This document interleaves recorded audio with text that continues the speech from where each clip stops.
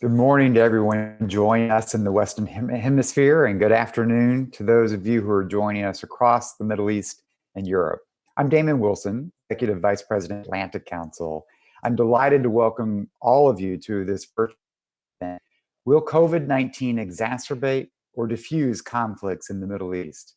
I'm pleased as we have a special guest and a close friend, the United Nations Secretary General for Political and Peacebuilding Affairs, Rosemary DiCarlo.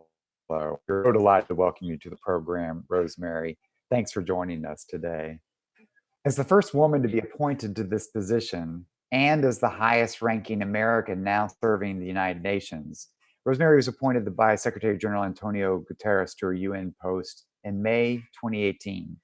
In this role, she advises him on peace and security issues while overseeing initiatives and field-based political missions, focusing on peacemaking, preventive diplomacy, and peace-building activities worldwide. Bringing more than 35 years of experience in public service and academia to her current work, she has easily transitioned from international to national service and back again. Her first job was at UNESCO.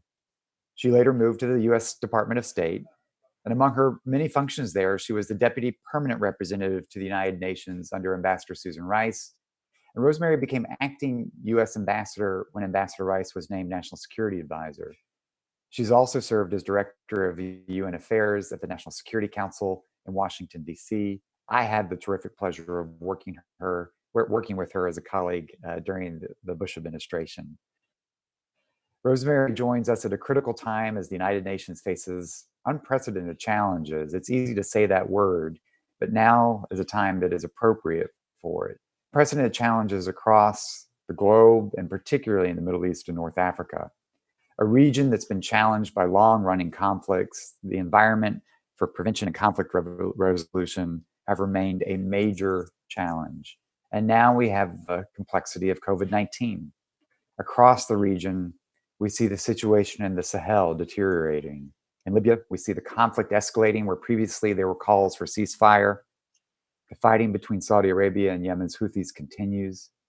US-Iran tensions are at a heightened state following kinetic exchanges by both sides on Iraqi territory. And we also are plagued, of course, by what seems to be an unyielding war in Syria. There are also concerns of the economic effects that lead to civil unrest, the potential for political tensions in the event of postponement of elections, and the ever-growing concerns and challenges of climate change. So as governments and communities, individuals across the region grapple with and respond to the ongoing pandemic, we're gathering here today, live from Washington and New York, to hear how and by whom are UN agencies being constrained and where are there potential new openings to advance peace. Throughout this discussion, please join in. Feel free to submit questions via the Q&A function at the bottom of your Zoom screen. You can also engage using the handle AC Middle East account on Twitter. Submit your questions. And after the Undersecretary makes some opening remarks, our own Barbara Slevin will have a chance to moderate a conversation with her, take your questions as part of the conversation. So with that, let me welcome our distinguished moderator, Barbara Slavin, a former journalist and author who directs our Future of Iran initiative at the Atlantic Council. And once again, thank you all for coming out to join us today online. My sincere thanks to the Undersecretary General, Rosemary. Barbara, over to you. Damon, thank you very much for your remarks and your introduction. I'm going to let our distinguished guest speak for about 5 or 10 minutes. Then I'm going to ask her a few questions that we have put together from various Atlantic Council fellows, and then I will open to your questions in the Q&A function. So without further ado, Undersecretary General DiCarlo, please, we look forward to your remarks. Thank you, Barbara, and thank you very much, Damon, for that really kind introduction. It's great to see you both again. Let me preface my remarks by stressing that even before the pandemic, the global environment for conflict resolution was already extremely challenging. The Middle East and North Africa region provides ample evidence of that reality. Turmoil and instability have long racked many MENA states. Violent conflicts have drawn in regional and global powers and actors, displaced millions, and collapsed state and local institutions. Mass protests rocked Lebanon, Iraq, and Iran just last year, as citizens rose up demanding reforms. And COVID-19 has only made matters worse. This is why UN Secretary General Antonio Guterres called for a global ceasefire so that all efforts could be aimed at fighting the pandemic. He did so to facilitate the provision of humanitarian assistance and create space for diplomatic engagement. Now, his call has resonated around the world. 115 member states have endorsed his appeal, as have regional organizations, civil society, religious leaders, and 24 armed groups. And our UN Middle East envoys have followed the Secretary General's appeal with a call of their own, aimed specifically at the conflicts in the Middle East. But regrettably, this impressive groundswell of support has not yet translated into positive change on the ground in the Middle East or elsewhere. In Yemen, despite the announcement of a unilateral ceasefire by Saudi Arabia on behalf of the coalition, the fighting is ongoing. In Syria, ceasefire agreements remain fragmented and fragile. Humanitarian coordination and supply across front lines remains insufficient, underlying the need for continued and expanded cross-border assistance. And progress on the UN-led political process remains elusive, despite our efforts. In Libya, where the parties have called for humanitarian truces at various times in the past, the conflict has intensified. Now, we knew that turning the global ceasefire call into tangible gains on the ground was not going to be easy. We knew it would require great political will and commitment from the conflict parties, first and foremost. And we knew that the appeal required broader international support, especially from those backing conflict parties, politically or with weapons.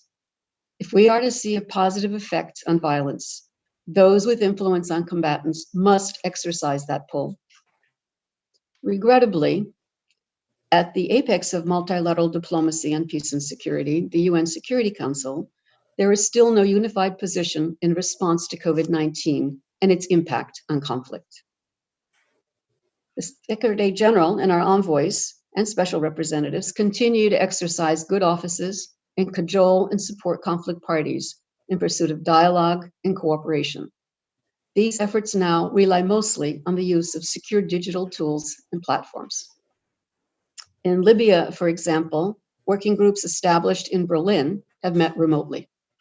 In Yemen, our special envoy is making concerted effort to expand the space for political talks, including a national ceasefire, through remote and in-person meetings. In Syria, while the next meeting of the Constitutional Committee remains pending, the special envoy has engaged civil society and the Syrian Women's Advisory Board virtually to harness initiatives for confidence building. Although we recognize that the limitations of processes in which face-to-face meetings are restricted, the increased use of technology has the potential to create new opportunities, enhance the inclusivity of peace processes, for example, including for the participation of women and young people. Let me outline what I perceive as some of the key risks and challenges for our conflict prevention and resolution efforts as we go forward. One is the destabilizing effects of the economic fallout of the pandemic, which can lead to civil unrest and violence. As the country slowly lurch back to life from weeks of lockdown, the demands for economic recovery may grow beyond the capacity of many states. The rate of unemployment is skyrocketing, and the decline in oil and gas prices is further straining national finances. We've already witnessed protests, some violent, in Lebanon, dubbed by protesters as a hunger revolution, and also Iraq against a coronavirus curfew. Also, the risk of human rights violations and shrinking civic space could increase the guise of fighting the pandemic, under the guise of fighting the pandemic. We've seen discrimination in accessing health services, increased cases of domestic violence, and an overall disproportionate impact on women and female-headed households. Refugees and internally displaced persons, as well as detainees and abductees, many living in crowded and squalid conditions, have been particularly vulnerable. Migrant workers in the Persian Gulf have faced growing pressure to return home. They are most vulnerable to high prices and food shortages. Migrants have limited access to healthcare and face crowded living conditions. Also, the threat of terrorism remains alive. Terrorist groups may see a window of opportunity to strike while the attention of most governments is turned toward the pandemic. There are reports that ISIL has tried to exploit the pandemic in Iraq and elsewhere, launching new initiatives and intensifying propaganda. Moreover, actors in conflict settings could exploit the confusion created by the virus to press their advantage, leading to greater escalation of violence and further complicating efforts at peaceful resolution. But despite these risks, the pandemic has also been a catalyst for much needed cooperation and dialogue. There are encouraging examples of this in the Middle East. Israel and the Palestinian Authority are coordinating their efforts with UN support on tackling the common threat posed by the pandemic. While we are encouraged that COVID-19 crisis has created new opportunities for cooperation, the dangerous prospect of annexation by Israel of parts of the occupied West Bank casts a darker cloud on the peace process. And the Palestinian leadership's harsh reaction to such steps by declaring an end to all cooperation with Israel yesterday adds to these concerns. We continue to strongly urge Israeli and Palestinian leaders to build on recent cooperation, reject unilateral moves, and take steps toward peace. In the Persian Gulf region, the UAE, Kuwait, Oman, and Qatar have provided much needed medical equipment and humanitarian assistance to Iran. And Qatar has facilitated the transportation of stranded Gulf Cooperation Council citizens back to their home countries. However, the pandemic does not seem to be the olive branch it could have been for overcoming political differences and poisonous divisions among the Persian Gulf countries. Prior to this pandemic, the Secretary General had underscored the urgent need for effective crisis management systems and lines of communication in the Persian Gulf region. That need is much greater now than ever before. Any miscalculation in the current atmosphere can lead to consequences that could overwhelm the mechanisms that are currently in place. Let me close by stating the obvious. There's no good time for a pandemic. But COVID-19 hit at a particularly difficult moment. The international community and the rules-based order built after World War II are under attack as never before. And great power rivalry is intensifying. The global cooperation and solidarity that are essential to facing threats like the pandemic comprehensively cannot be taken for granted. The novel coronavirus does present an opportunity to make progress in peace and security, even in the Middle East, but it could also push multilateral efforts closer to the edge. I think we will overcome COVID-19. I believe so. But though obviously it will not be unscathed. It will take a lot of vigilance and hard work at the UN, between individual states or groups of countries, in civil society, and among many of you. But we have a chance to go beyond recovery.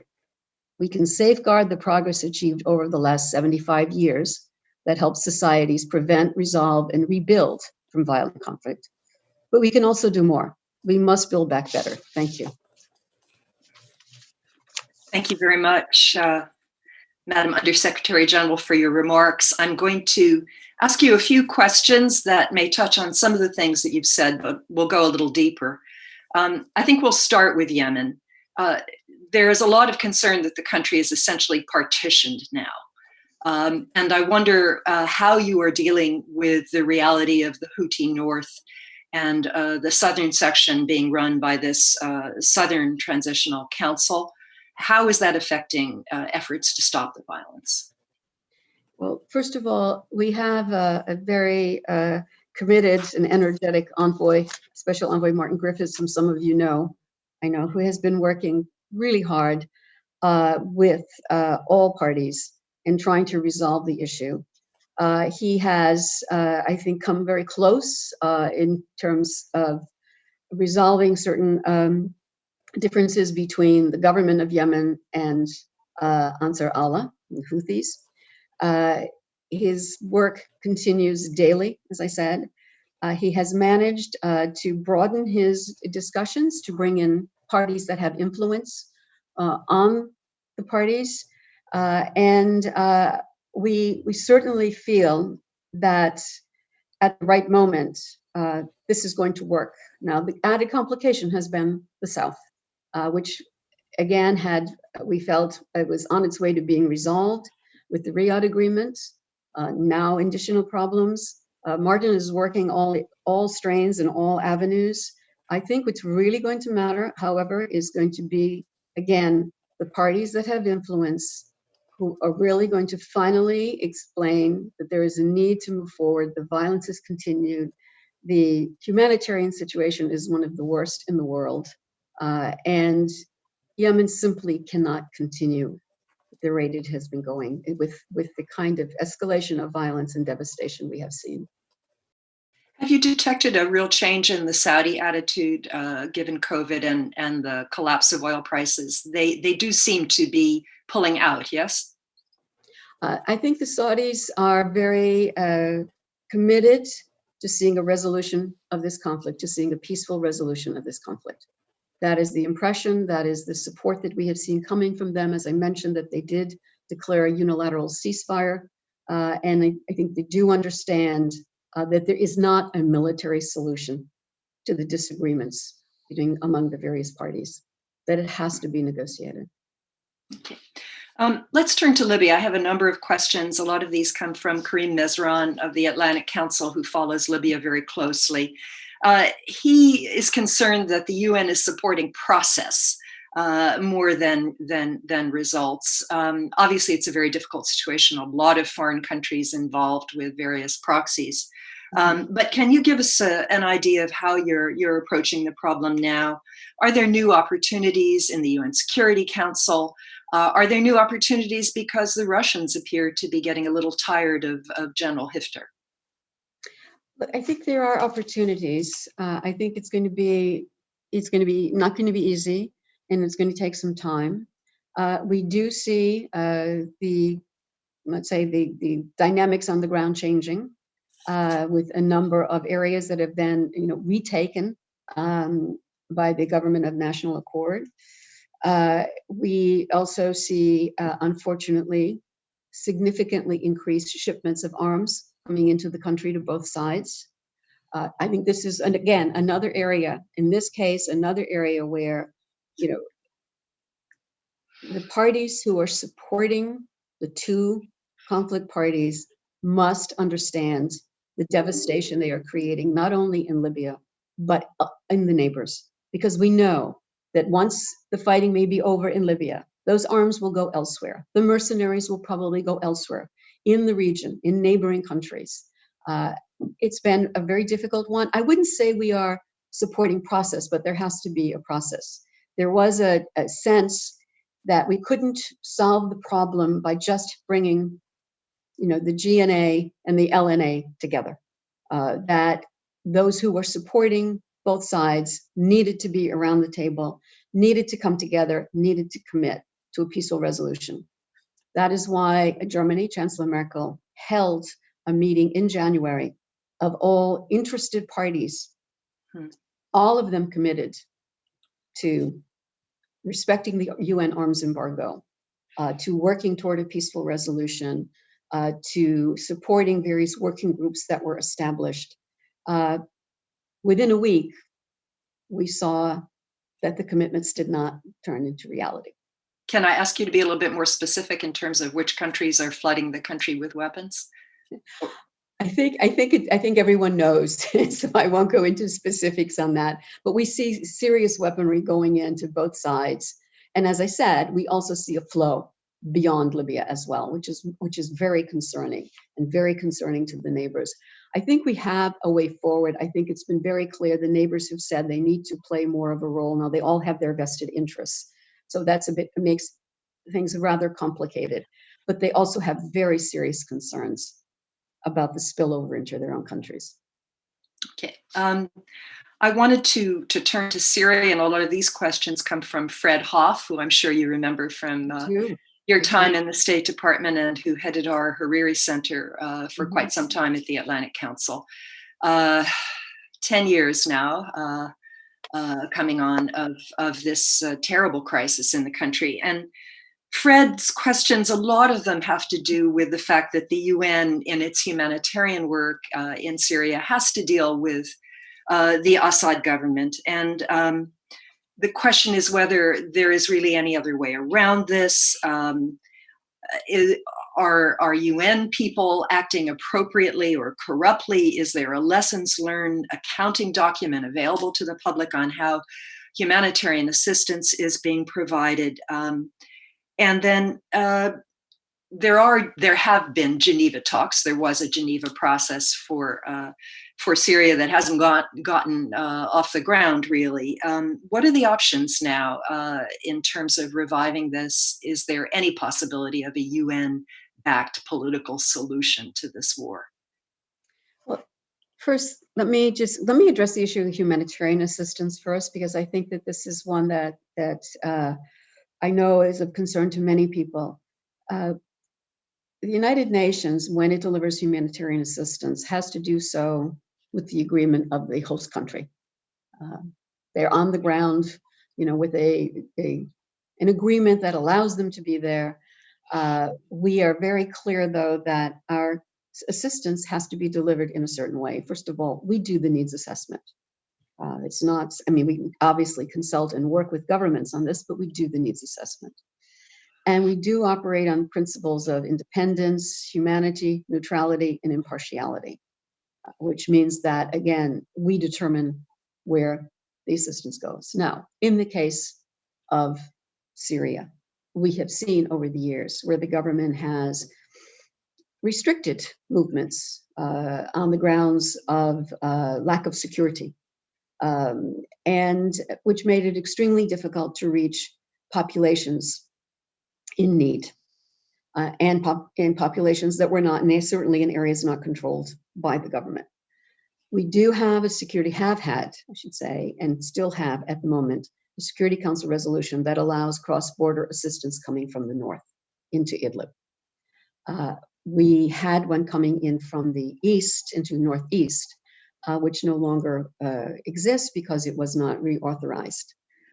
Tremendous needs for that ability to be able to deliver cross-border. These are in areas not controlled by the government. These are in areas in tremendous need. In Idlib, I don't have to explain to those of you who follow Syria what has happened there and the devastation and the humanitarian suffering. So it's complicated. It's not easy, but we do try. We try as best as possible to reach the most vulnerable. And we operate on a set of principles, and we've made very clear that we have to, in this case, be serving all segments of the population. When it comes to the political process, look, the Constitutional Committee has taken the stage in the last year and a half, 2 years. Ups and downs, finally got a committee together. They have one meeting and then a second meeting of a smaller group. That's not the only way toward peace in Syria. There are many other aspects that were agreed to in a UN resolution that need to be pursued. It's a question of governance. It's a question of detainees, a national ceasefire that needs to be brokered. And Geir Pedersen, our special envoy, is trying very hard to be working on a whole range of areas. But it has been quite elusive and it's difficult. Perhaps with changes in attitudes of countries who have been supporting this fighting, we might be able to see a difference. Dialogue with them is important. And dialogue between Russia and the US, for example, over Syria is also very important. Do you work closely at all with Jim Jeffrey on some of these issues? We work with Jim. Mm-hmm. Yeah. I wanted to turn to my particular bailiwick, and that's Iran. We have seen a dangerous escalation over the past year in the Persian Gulf and in Iraq. It seems to be tailing off a little bit now. There's an optimistic piece, I think, in the New York Times today, suggesting that we may see a pause in these tensions, at least for a while. I wonder how how you see this whole dynamic. If you could also say a word about Iran and the Houthis, whether they're maintaining that same level of support for the Houthis, whether they've sent any signals that they're willing to stand down on that particular front. Let me just take the last question first, Iran and the Houthis. I think that Iran is now playing a constructive role regarding the Houthis. How so? I think there is an understanding. I think there's this understanding of a number of parties who've been involved or supporting different sides in this conflict. That again, that there's a time now for negotiation and for finding a resolution to this issue. So I think I find that encouraging. Also, when you talk about Iran, Iraq, look, what we see, that article this morning was, I must say, very interesting. I hadn't put all those pieces together myself, but I think it's encouraging to see the support that Iran has made for the new prime minister. Let's say the fact that they are not opposing him and supported and supported his nomination. Let's put it this way. Also, we see some lessening of activity as far as on the territory of Iraq.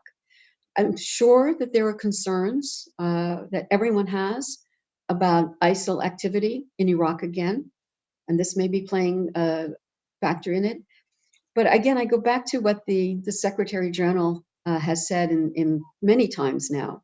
There really needs to be a mechanism for regional dialogue and regional, perhaps not negotiations, but communication. And until we get that kind of mechanism, I think we will continue to see some problems and tensions that could lead to miscalculations.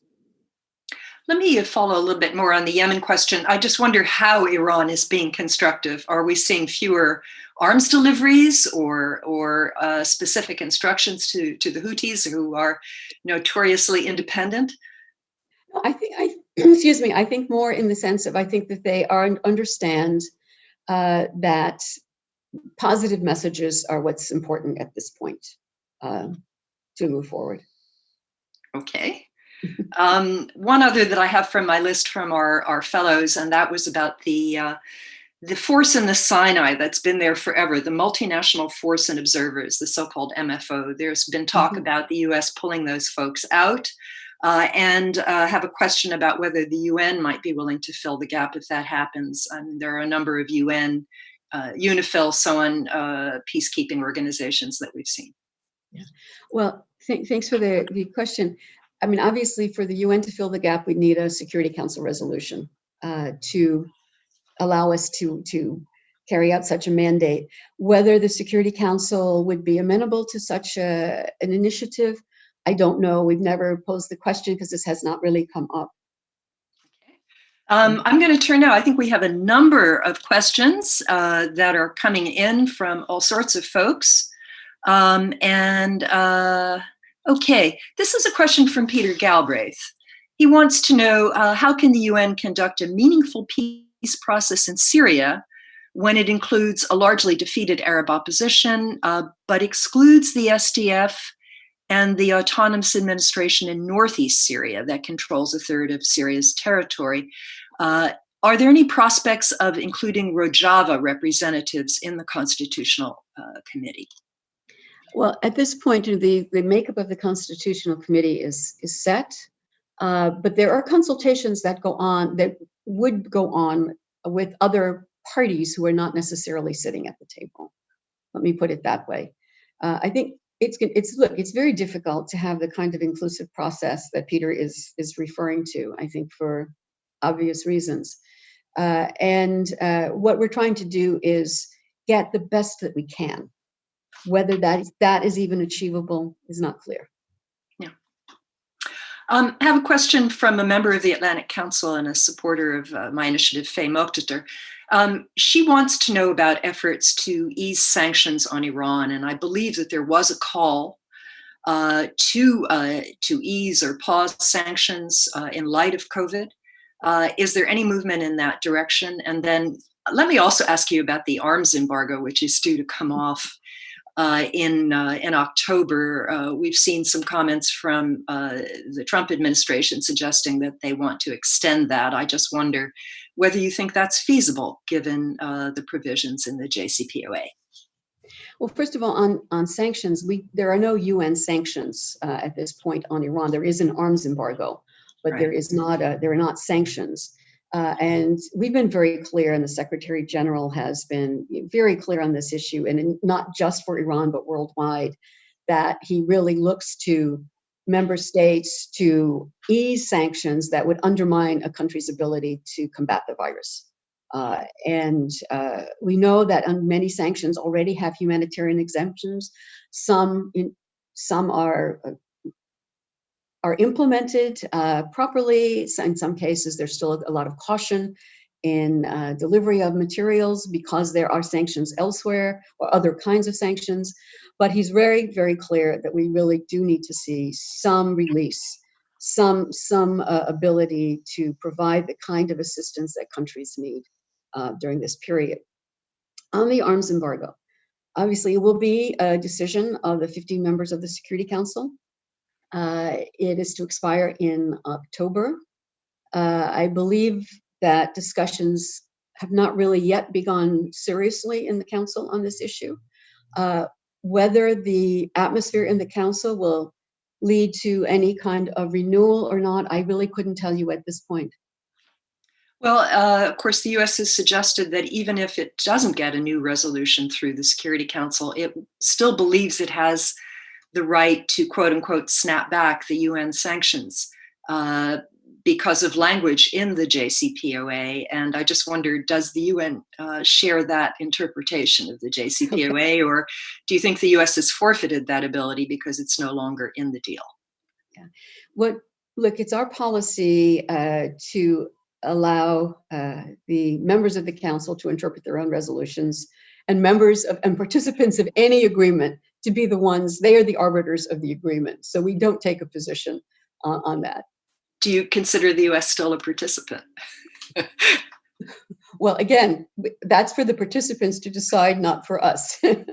Right. Well put. Now I understand why you've had a long diplomatic career. Indeed. Let me ask you this one from another former US official you may know, Eric Pawlowski. He wants to know what concrete steps, above and beyond statements, that you've seen from the United Arab Emirates reflecting any new direction on either Libya or Yemen. Of course, we know the UAE is backing the Southern Transitional Council and that it's been very involved supporting General Haftar in Libya. Well, so in terms of Libya, I mean, they have been talking about ceasefire. This has been recent, calling for ceasefire, halt, to allow for greater discussions and negotiations. So I would say that there's a shift to some degree. Right? When in terms of Yemen, I mean, the UAE has maintained that the reason that they had provided support to the South was because of the need to fight terrorism, and that was their only objective.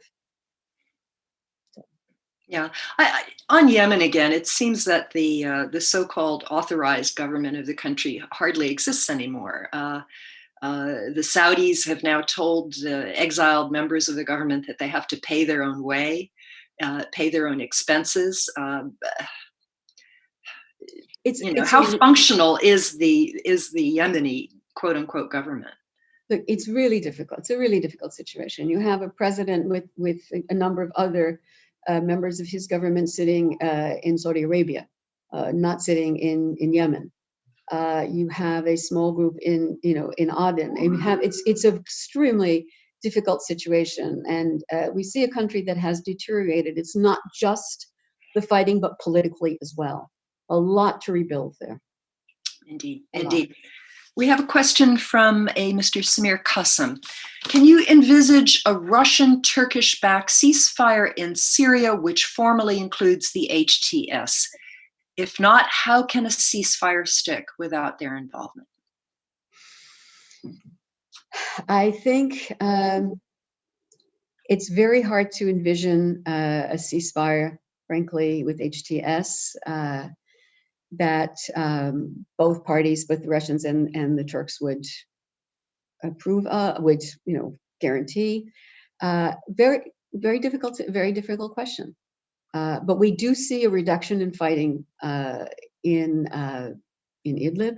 We do see that while the situation in terms of humanitarian needs is great, we've seen a reduction recently. The various agreements that have been brokered between the Turks and the Russians seem more or less to be holding at this point. We've just got to get somehow beyond that. Let me throw in another one on Iran. Have you seen a diminution of Iranian presence in Syria, or of the Shia militias that were mobilized? I've seen reports. I have seen reports that there is, yes. But I can't say that we personally have, this kind of information, but we've seen reports that their presence has diminished. Interesting.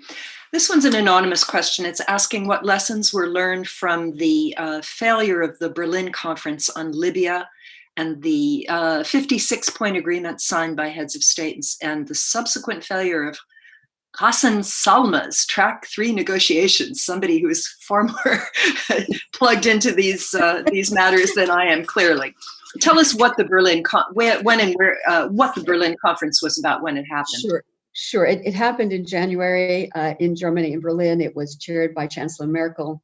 She had a number of heads of state and foreign ministers there, countries that one are either involved in Libya or play a influential role, including the United States, France, and also three regional organizations: African Union, League of Arab States, and European Union. And the commitment was really to shepherd Libya to a political agreement, respect arms embargo, et cetera, et cetera. Our envoy, special representative at the time, Ghassan Salami, sorry. Who's kidding? I'm getting on. When you said it, I wasn't sure who you were talking about. No, it's a misspelling, so it's all right. My apologies to the gentleman.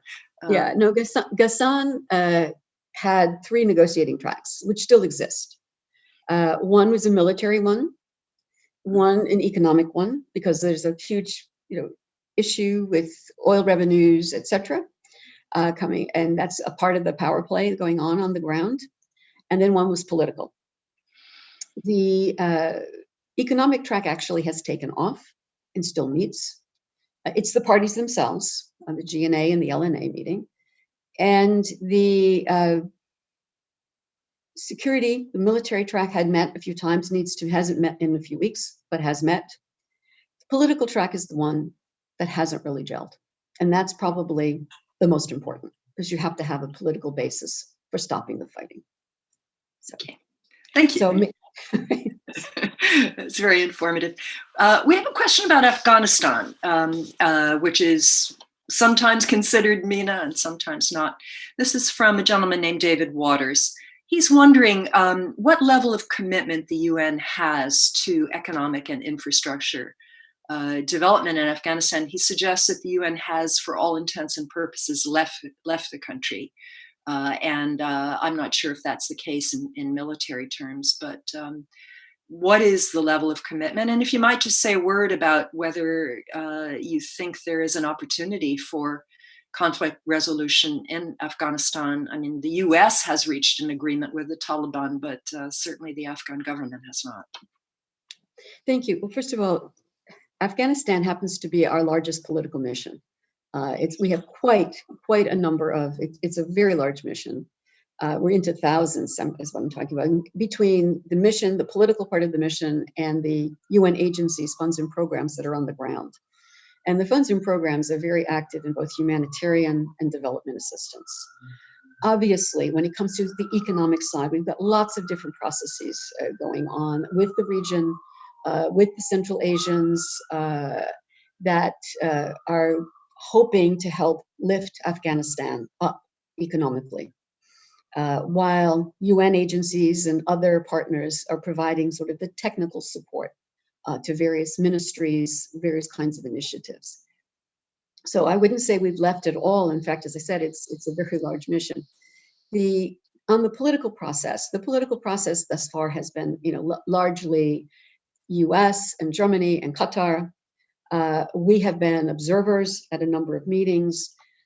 We will, of course, support any inter-Afghan dialogue that comes about. We will likely not lead it. I know that there have been discussions earlier of Germany or Norway or a combination of countries leading it with UN support. And we will certainly do our very best to help achieve some kind of peaceful settlement. I think it's very clear the Afghan people are ready for it. My understanding is there was actually a resumption of the old 6+2 formula, which existed after the Taliban initially seized control in the mid-1990s in Afghanistan, that there was a virtual 6+2 meeting recently. Maybe you could tell us something about that. Yeah, and whether you intend to have more. Yeah, there was a virtual 6+2 meeting. It was a way of getting neighbors together. It's the countries that border Afghanistan with the US and Russia. And Afghanistan itself joined this time, which was not the case in the old days. Mm-hmm. To talk about what's happening, how the neighbors can be helpful, what the needs are, how we can provide political support. There are a lot of different formats now that are meeting. There's the Kabul process. There are a number of different initiatives. And we're speaking with the Afghans now and the neighbors about whether to proceed, what this particular group could add that other groups are not adding, and whether there are different formulations that should take place. There's a lot of interest in supporting Afghanistan at this time, which is, I think, really encouraging. And now that we do have government formation, we hope indeed that the political process can move along. Just an aside, of course, this is a format in which both the United States and Iran can sit. And I think it's now unique in that sense, because the US and Iran are not really talking to each other in other venues. So it's unique in that sense, yes. Yeah, so I think that's a good sign as well. We have another question from Mr. Waters. In general, it seems that wealthy Gulf countries are increasingly assertive in various international arenas, including Africa. Is this a positive development or otherwise? How does the UN see it? I guess it depends on how they intervene, yeah? I think it's very clear that we see some competition among Gulf countries in certain parts of Africa. And competition in another country is not usually something that leads to positive effect. Let's be perfectly honest here.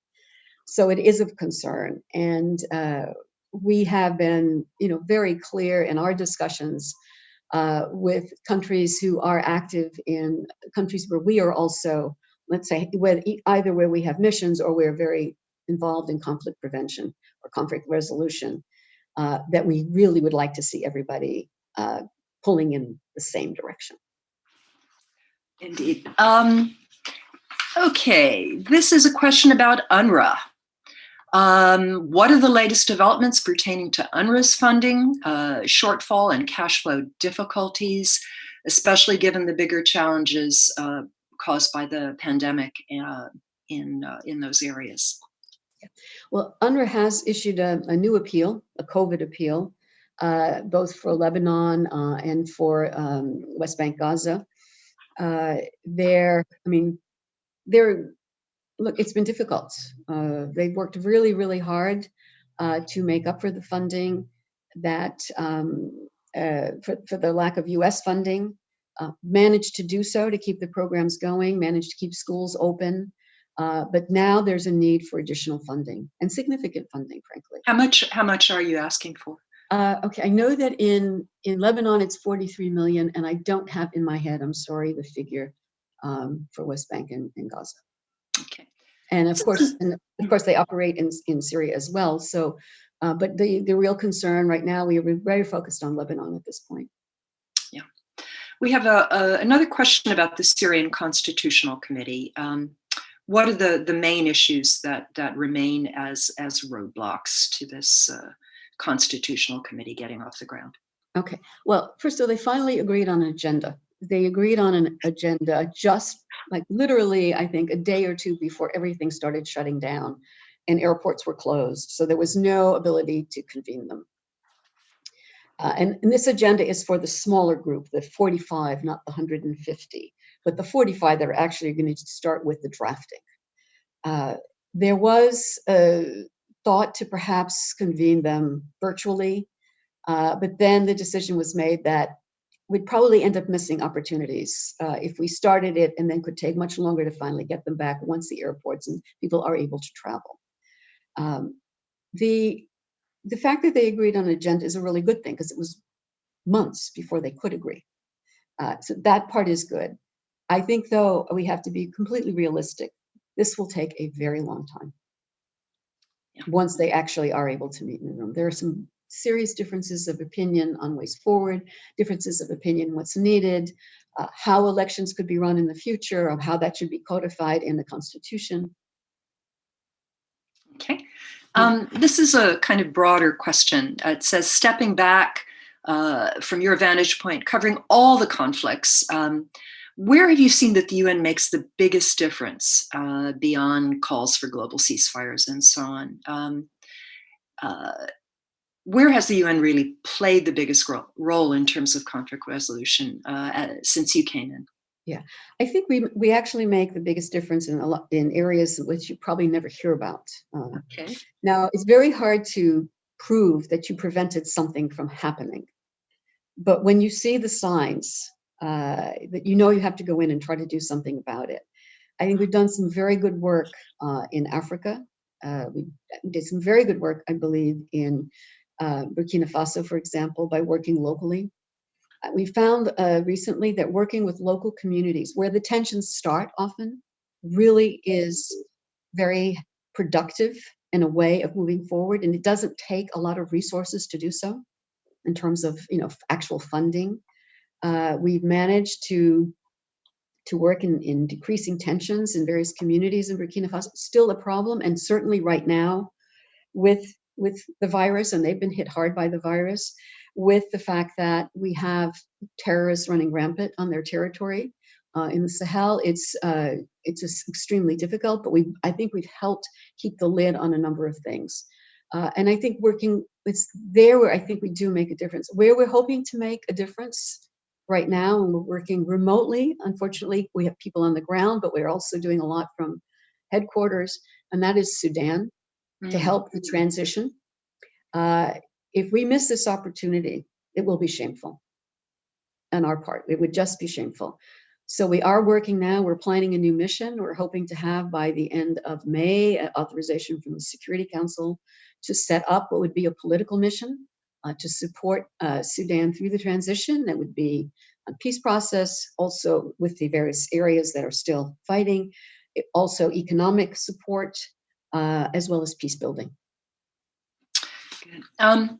This question about Russia and the Security Council and whether you detect any greater flexibility on the part of the Russians with regard to Libya. Again, we've seen some press reports that the Russians aren't happy with General Hiftar. He's had some military setbacks recently. Anything to suggest that the Russians might be more forthcoming in the Security Council on Libya? Well, I've seen these reports as well. I can't predict whether this will translate into a difference really here in New York. But we've seen the reports, and I would say, to be frank, I think that everybody is very concerned, no matter what size they are supporting in the Libyan conflict, about the ability of these leaders to carry anything forward. So they're going to need a lot of support. They're going to need support, but not the kind of support that they've been getting. They're going to need political support to make the hard compromises. This is an additional question from a Mr. Umberto Profazio. He's asking, is there any progress in appointing a new UN special representative for Libya following the resignation of Hassan Salameh? And what are the obstacles to getting an agreement on a successor? Well, first of all, I think we're close. We're very close to having a successor. Obviously, any envoy has to be accepted by the parties, has to be approved by the Security Council, and I think we're moving in that direction. We know one is needed. We have an excellent acting special representative now, Stephanie Williams, who has been doing a very good job. But we certainly want to make sure to be able to have a successor to Ghassan as soon as possible. This is a question from Nobu Tanaka about women's participation in peace building across the MENA region. Do you have any special initiatives in that area regarding women and peace building in MENA? We do. First of all, what we have done in a number of countries is to set up and support women's advisory groups on peace processes, peace building. We have one for Yemen. We have one for Syria, for example, and work very closely with them. And this is, and actually, this is one of the benefits of technology is that, envoys are able to reach out to these various groups. When we were negotiating an agreement for the port of Hodeidah in Stockholm a while back, we realized that the delegations that were coming from both the government and the Houthis were all male. So we brought our own women and created this advisory group who advise and provide input to the special envoy. We would far prefer to see them as part of delegations. We made this a point for the Constitutional Committee that we needed a certain percentage of women, 30%. But when they're not there, we bring our own. Let's see. I'm looking for more questions. Are we running out?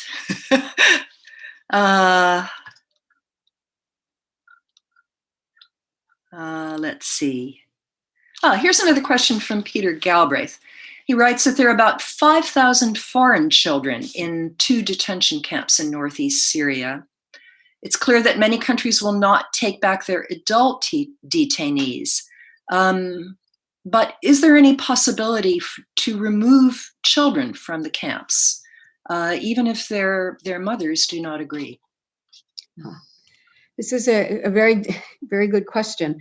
Look, we have been actively trying to get countries to take people from the camps, take their own citizens. And we have a section, a department that does this. Our Office of Counterterrorism has the lead on this. We're well aware of the children as well. In some cases, countries have taken children back.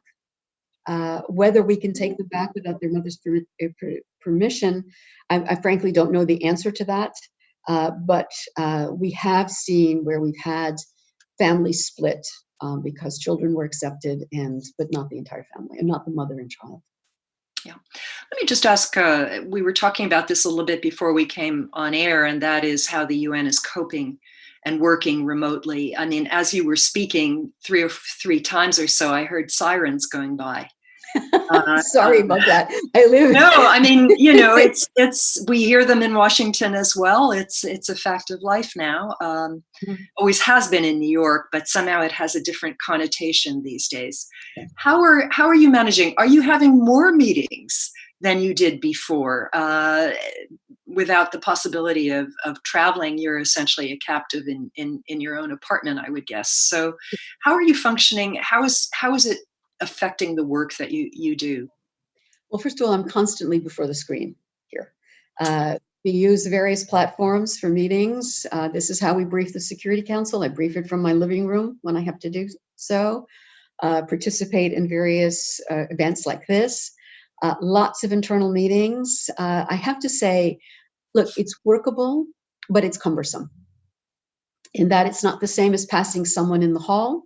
It's not the same as various conversations you can have and ensuring that everybody really is included.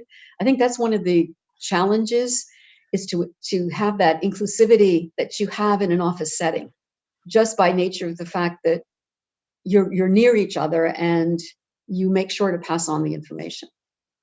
but we're managing. I mean, we're open for business. We're doing all the things that we would normally do. And the one thing we're not doing is traveling. I do receive people in my living room on computer with the permanent reps that we speak to, also officials from field, from other countries who have a particular request, but it is more cumbersome. Yeah, I just wonder if it's not as much fun. Are people as candid also as they might be if you were in a corridor of the UN or having a nice cup of coffee somewhere? I think that is part of confidentiality is a problem. Even if there are some secure systems, but I think confidentiality is a problem. I think you don't develop relationships this way. And part of diplomacy is developing relationships. And it's very hard to do so on the screen. Indeed. We're coming to a close here, and I think this question is so important, and it's an appropriate one to ask somebody who's worked for the US government before coming to the UN. The US posture toward the UN, it's no secret, it's not been terribly warm and fuzzy. Is there a concern that the US is moving away from multilateral institutions, and how is that affecting the work of the UN, particularly in places like the Middle East? You were talking about a need for some sort of mechanism in the Persian Gulf. Normally, the United States would be leading the charge on that, along with the UN. How are you dealing with the fact that you have an administration that has put some distance between itself and the United Nations? Well, first of all, let me just say we have a lot of contacts with U.S. officials. The Secretary General speaks with Secretary Pompeo frequently. I speak with a number of people in the State Department in particular, as do my colleagues. So it is not as if there isn't a relationship and a connection there on a whole range of issues. But my personal view, that I really do think that U.S. involvement and U.S. leadership at the UN is essential.